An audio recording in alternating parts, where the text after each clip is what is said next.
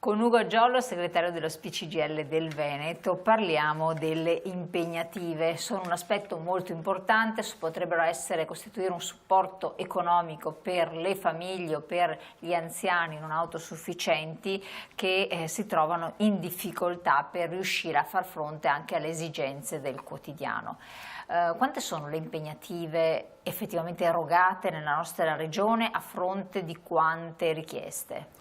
Allora, dai dati che abbiamo noi, le impegnative, parliamo di quelle di cura domiciliare, non delle impegnative di residenzialità, quindi per le persone che sono ricoverate in centri diurni, in case di riposo. Quelli che sono a casa. Quelli che sono a casa, esattamente, i dati ci parlano di circa 35.000 impegnative riconosciute.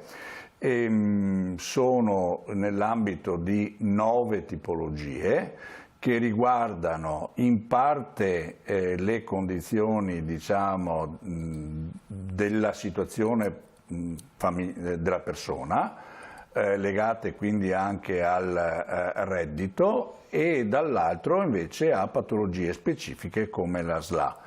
Hanno un'alta variabilità economica, vanno dai 120 euro mensili fino ai 2.000 euro per quanto riguarda la SLA.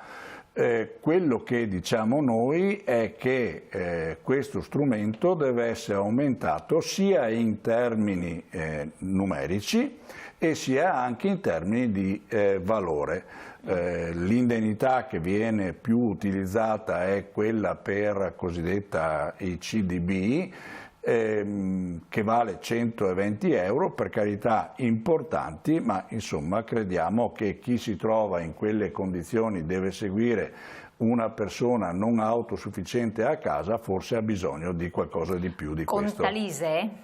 Certo, conta l'ISEE, tranne in un caso, in tutti gli altri sono legate anche al reddito familiare. Le finanze ci sarebbero per far fronte anche a queste ulteriori esigenze? Le finanze ci sono, basta andare a prendere i soldi dove potrebbero esserci. Uno dei capitoli che noi abbiamo messo in campo è proprio su come si potrebbero finanziare ulteriormente i servizi, non solo questo, ma i servizi legati alla non autosufficienza e comunque al benessere e alla salute complessivamente, che vanno dalla lotta all'evasione fiscale vera, perché oggi se l'85% delle entrate IRPEF è dato da lavoratori e pensionati, mentre sappiamo tutti che la ricchezza non è questa, c'è questa cosa, e dall'altro noi continuiamo a dire che sui grandi patrimoni e sui grandi redditi può esserci applicata un'addizionale che le altre regioni italiane hanno tutte applicato. Perfetto, io la ringrazio tantissimo segretario, grazie allo SPCGIL, rivolgetevi alle sedi del territorio presenti un po' ovunque dello SPCGIL per avere tutte le informazioni e per fare tutte le procedure per ottenere, dove è possibile, dove